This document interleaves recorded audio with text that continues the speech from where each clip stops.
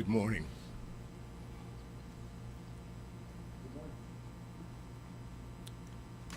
First, I'd like to thank my Office of Attorney General team for the expertise, patience, diligence, and perseverance they all demonstrated to produce a thorough, highly detailed report. Since the investigation's inception, more than 25 of our staff members, including attorneys, policy advisors, investigators, and support staff, have dedicated countless hours over 4.5 years to thoroughly investigating and finalizing the clergy report we are releasing today. In particular, I'd like to take a moment to acknowledge the attorneys and policy advisors involved in this effort. I think they're all present today. First, Tom Verticchio, Assistant Chief Deputy AG, Caitlin McKellis, Senior Policy Counsel, Wendy Cohen, Senior Policy Advisor, Darren Kincaid, Deputy Bureau Chief of Special Litigation, Eileen Boyle-Perrick, Senior AAG, Isaac Freelick Jones, AAG, Sarah Gallo, AAG, Sandra Gallant Jones, AAG, John Hasinski, AAG, and Elizabeth Jordan, AAG. Thank you. The clergy report has been a long time coming. Throughout our work on this investigation, there have been many challenges and intervening factors that may have contributed to the delay of releasing this report. We were not in a race. During the pandemic, we were faced with increased demands on staff due to the implementation and defense of emergency protocols, actions to protect essential workers, and other unexpected challenges that preoccupied many of our lead attorneys who worked on the clergy investigation. We also dealt with a ransomware attack that temporarily crippled our office's systems.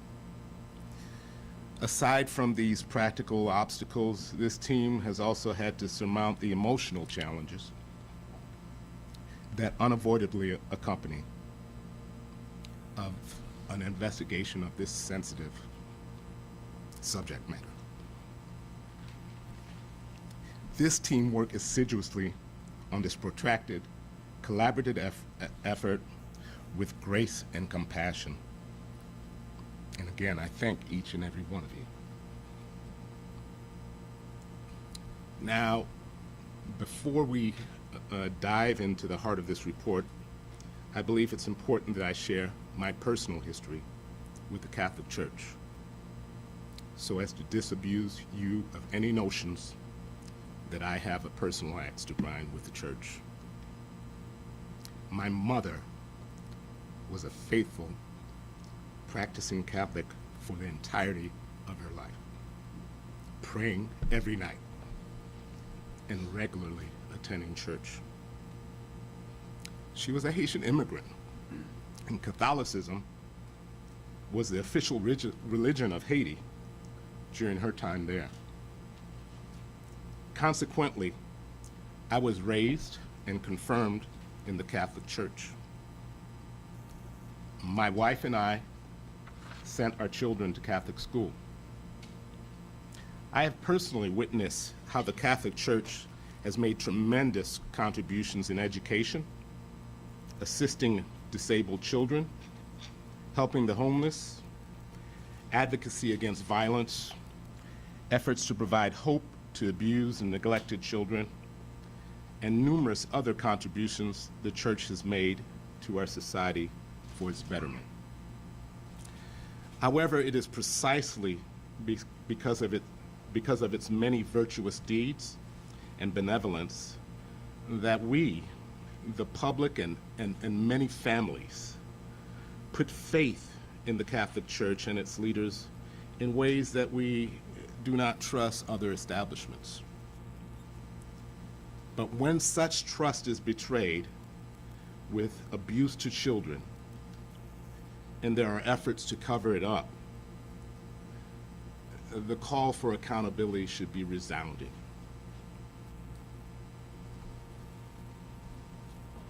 We are here this morning to announce my office's report on a multi-year investigation into child sex abuse by members of the Catholic clergy in the state of Illinois. And this is our report. This report represents the state of Illinois' first comprehensive accounting of child sex abuse by members of the Catholic clergy in the 6 dioceses across Illinois,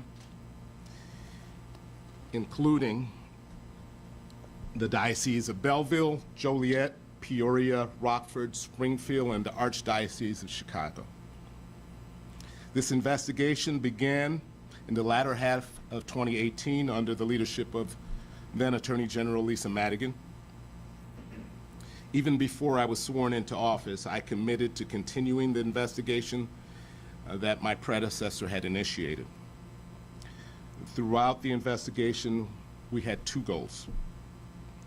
First, to obtain and provide a full public accounting of substantiated child sex abuse committed by Catholic clergy within the state of Illinois. Second, to give survivors an opportunity to be heard, recognizing that some of these survivors have spent decades on their path to healing. From the outset of the investigation, the leaders of the Illinois diocese pledged their full support and cooperation in assisting my office towards achieving these goals. Each ultimately fulfilled their pledge by providing access and working on policies and procedures. During our investigation, my attorneys and investigators examined thousands of files, reviewing more than 100,000 pages of documents held by the diocese. They spent endless hours engaged in interviews and conversations with the diocesan leadership and representations. Cooperation from the diocese aside, it was the survivors of child sex abuse who gave purpose and drive to this investigation. Absent their courage and willingness to come forward and discuss their experience, there would be no true investigative report. Over the course of this investigation, my office received more than 600 confidential contacts from survivors through emails, letters, in-person interviews, and phone calls. My investigation team prioritized treating each allegation with respect. They followed every lead that arose to ensure we conducted a thorough and comprehensive investigation. My team worked closely with survivors to record accounts of their experiences as children sexually abused by Catholic clerics. So I would like to express my sincere gratitude to each and every survivor, and to others who contacted my office for trusting us with their deeply personal experiences. Before this investigation, the Catholic Diocese of Illinois publicly listed only 103 substantiated child sex abusers, which substantiated meaning that available evidence supported the conclusion that the cleric or religious brother committed child sex abuse. Now, by comparison, this report reveals the names and detailed information of 451 Catholic clerics and religious brothers who abuse at least 1,997 children across all of the dioceses in the state of Illinois. This means that our investigation led to the disclosure of 348 more clerics than prior to our investigation. Now, there are 149 clerics that this report discloses that are not disclosed by the diocese. This report is organized into 5 sections. The first section explains the long-term impact of child sex abuse, which is particularly critical in this context. The second details each diocese's historic handling of child sex abuse, and specifically how inaction by Catholic bishops and archbishops often led to scores of abused children. The section also includes detailed narrative accounts of child sex abuse committed by Catholic clerics. Many of these narratives are told from the survivor's point of view, written in consultation with the survivor and based upon their experience. The third section covers diocese policies and practices related to allegations of child sex abuse. Our team had multiple conversations with various members of each diocese. This section includes concerns my office raised with the diocese about their policies, revealing how the diocese often modified their policies to address these concerns. When agreement couldn't be reached for modifications, our office made recommendations. The fourth section discusses data analysis undertaken by my office with a recognized data expert, showing the extent of child sex abuse by clerics in each Illinois diocese year by year over a 70-year period. Data expert Greg Ridgway reviewed the data that our office compiled. Significantly, the analysis reveals that each Illinois diocese underreported the number of child sex abusers in the Catholic clergy when they initially released those numbers to the public. And finally, one of the most important sections of the report, my office's recommendations to the diocese for the handling of future child sex abuse allegations against the Catholic clerics and religious brothers. This section of our report is distinguishable from similar reports issued by other states, not only because it's survivor-centered, but also because it contains 50 pages of detailed recommendations, such as how the diocese can address investigations and disclosures of child sex abuse, how the diocese can implement a mediation and compensation program for survivors, how the diocese can improve their investigations, how the diocese can better communicate with survivors, and how the diocese can be more transparent in publicly disclosing substantiated child sex abusers. This investigation has directly resulted in significant steps forward in the diocese policies related to investigations, disclosure and transparency, and survivor care and communication. Decades of Catholic leadership decisions and policies have allowed known child sex abusers to hide, often in plain sight. And because of the statute of limitations has frequently expired, many survivors of child sex abuse at the hands of Catholic clerics will never see justice in a legal sense. But it is my sincere hope that this report will shine light on those who violated their positions of power and trust to abuse innocent children, and on the men in church leadership who covered up that abuse.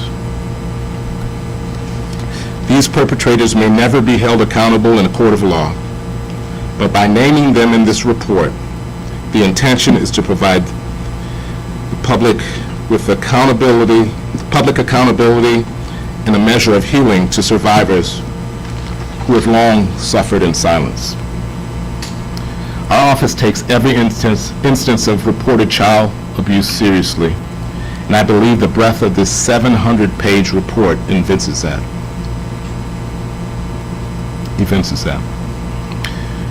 Moreover, we engage a consultant to design a website to ensure this information is easily accessible to the public.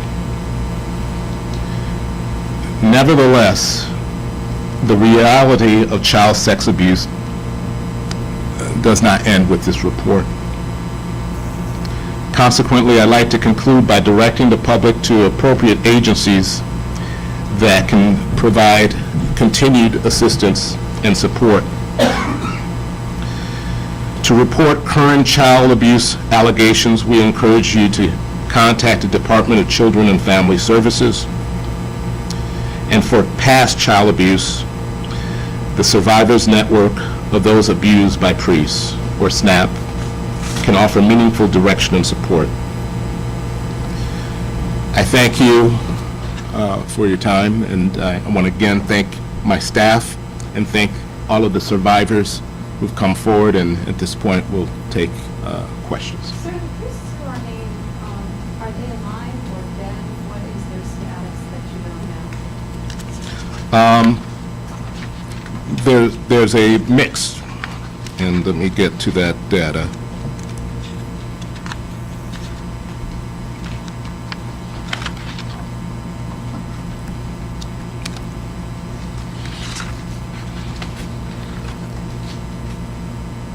There, of the 451, there are 330 who are dead. The Archdiocese repeatedly said that they had everything, everything's out there. The Cardinal's on record saying the AG is not going to find anything at the start of this because we're doing everything right. We've long done everything right.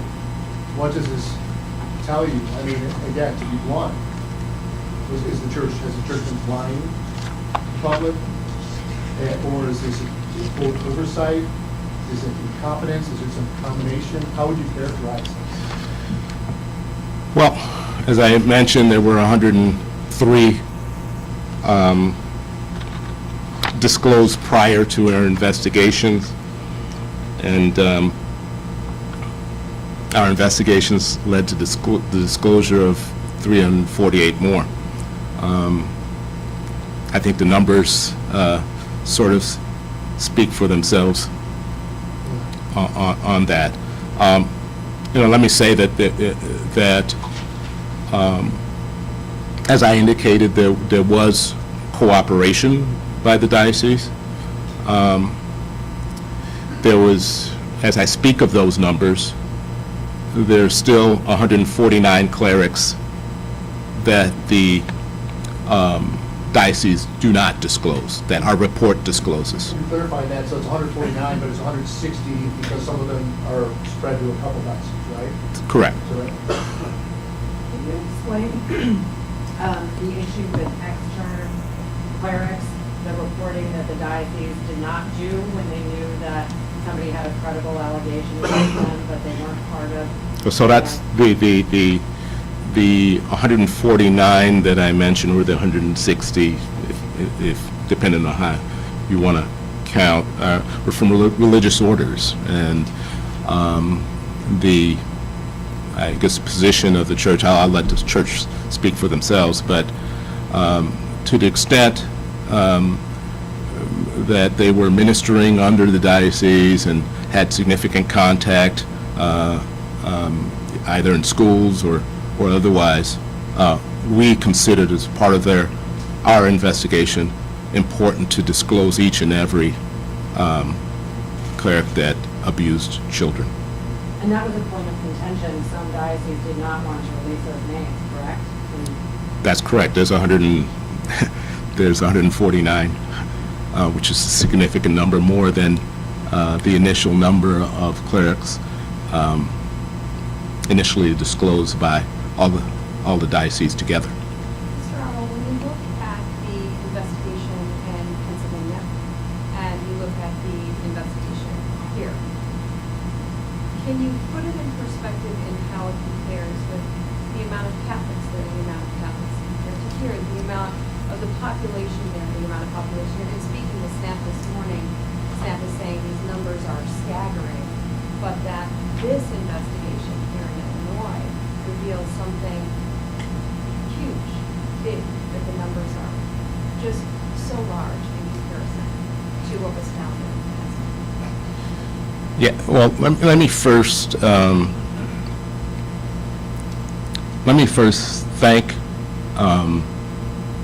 now Governor, former Attorney General Josh Shapiro for his initiation of the investigation in Pennsylvania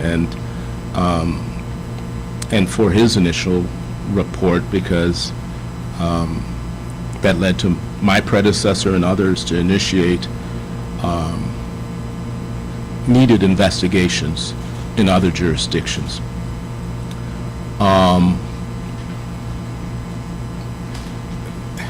You know, I mentioned that we weren't in a race during my opening comments. We certainly weren't in a competition either. What we wanted to do is to be thorough, to allow voice to each and every survivor who had the courage to come forward, not to prematurely release an inadequate report, maybe because some of you all were asking, where's the report, where's the report? It was more important for us to get it right. I do believe there are distinctions between our report and other reports. I don't have all the data on Pennsylvania's numbers versus ours, and quite frankly, I don't want to engage in that. I think one of the critical areas that, as I mentioned earlier, that distinguishes us from other reports is the detailed nature of our recommendations for things that the diocese can still take up. Will that be followed up on, the recommendations? Will there be any further reporting that goes through your office? This is our final report on the clergy investigation. Mr. Attorney General, do you believe that there should be some sort of non-religious oversight when it comes to these clerical or these clergy abuse allegations in the future? Because as you said, this continues on. Yeah, as part of our recommendations, we recommended independent investigations. In your eye, what is that independent oversight?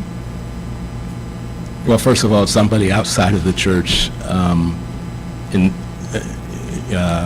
initiating an investigation. I think, given the history of how things were handled, and I will say again, there was cooperation during our investigation, and there were policies that were embraced, recommendations that were embraced along the way. But it's important to not ignore the history of how these matters were handled prior to our investigation, and what that calls for in terms of transparency and credibility in terms of any future investigations. And so to me, that would call for credible people outside of the church to be involved in those investigations. In the 160, I'm sorry to keep going back to that, you said something earlier, I think. So all of those are religious order priests? You said 160? The majority of them. Sure. And then also to that end, so you got all this information from the 6 dioceses, right? And from the survivors, but not from the religious orders themselves, is that correct? It's Tom Verticchio. I'm sorry, General. How you doing? I'm fine, thank you. We obtained information relating to various religious orders from all 6 dioceses. So while the investigation focused on the diocese, the religious order information was provided to us from the diocese. So indirectly, we did obtain information on religious orders across the board. To follow up on that though, I mean, we talked previously about this, so, I mean, but the religious orders don't all turn this stuff over to the dioceses, as you all know. In fact, probably most of them don't, or certainly many of them. So, that's sort of, so does this completely, this sort of, I mean, while the numbers are staggering, how much larger might the numbers really be? Because again, the diocese turned it over to you only by virtue of the orders giving it to them. The orders didn't give it to them, there's nothing to turn over to you. Therefore, is there a big vacant hole here where there's probably a lot more abuse that you don't know about and the diocese may or may not even know about?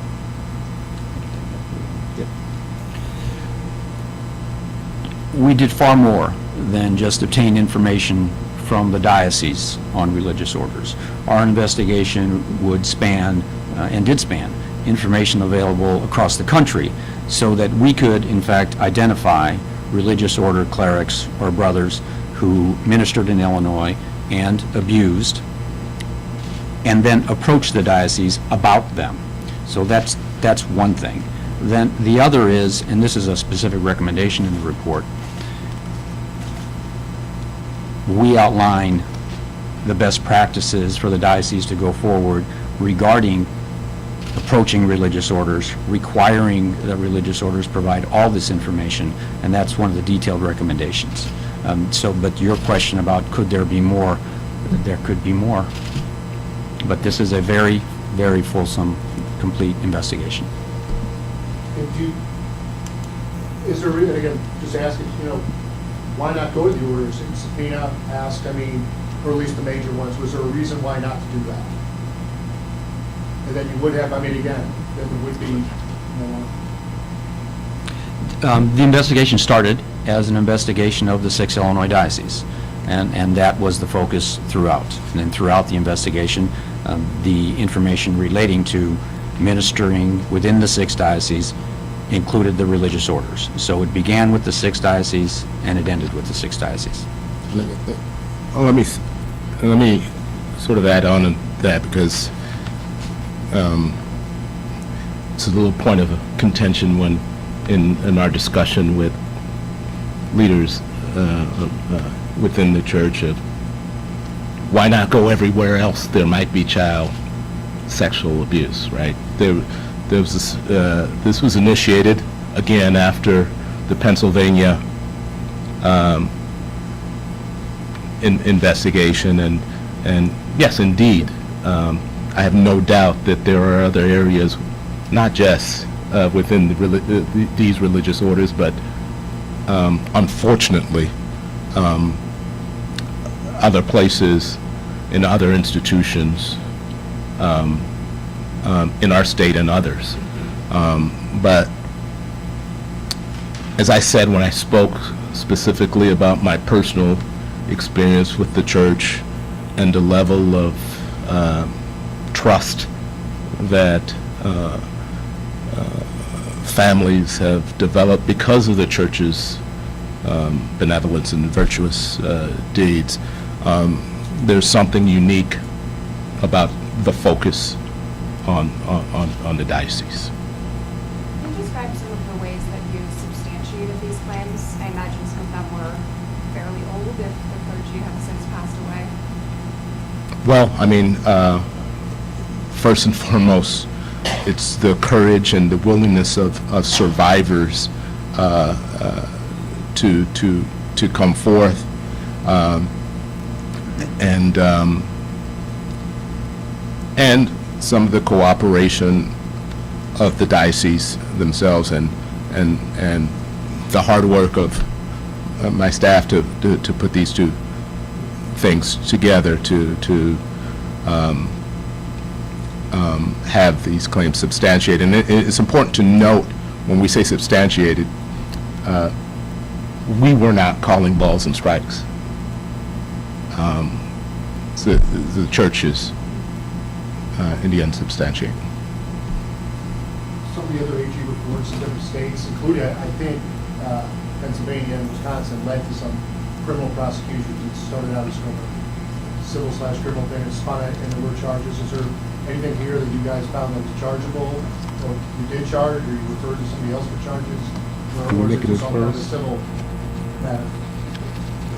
If 121 are still allowed, does any of that lapse in the statute of limitations, or? If there was any sort of doubt with regards to the statute of limitations, if there was sort of uncertainty, whether things were told or what, whatever it might have been, we would contact local prosecutors who would have the That was not jurisdiction. done, Huh? so- That was not done, correct? There was no... No, whenever there was any doubt, Oh, so you did? yeah, in those situations, yeah. That doesn't mean that, when I say that whenever there was any doubt, that doesn't mean that there wasn't a later assessment by those local prosecutors that the statute of limitations had indeed expired. Do you know how many referrals we... Offhand, I don't have that But information. none that you know of has led to criminal charges? Correct. I'm sorry, I couldn't monopolize the questions. But in terms of the, moving forward, you talked about, I think what the report says is that because other states have opened up the books and expanded the statute of limitations, if not on the criminal side, so on the civil side, so that victims will come forward as adults, can then sue successfully potentially, and that's been done in New York, California, blah, blah, blah. But here, your report, I think, says it basically can't be done without opening up the state constitution. Right, and in the case Doe v. the Diocese of Dallas, which is Illinois Supreme Court case, it was determined that the expiration of the statute of limitations is by our Supreme Court is a property right, and therefore we would have the legislature. I'm not going to speak to that. What is the Last statute of question. limitations? What is the statute of limitations? Well, now, I think the legislature has revised prospectively to have it, that there is no statute of limitation. And finally, how far back did the allegations in this particular report go? And how... I think it was 7 decades? Yep. And what was the most recent allegation that's listed, that was part of the scope of this report? Do we know that offhand?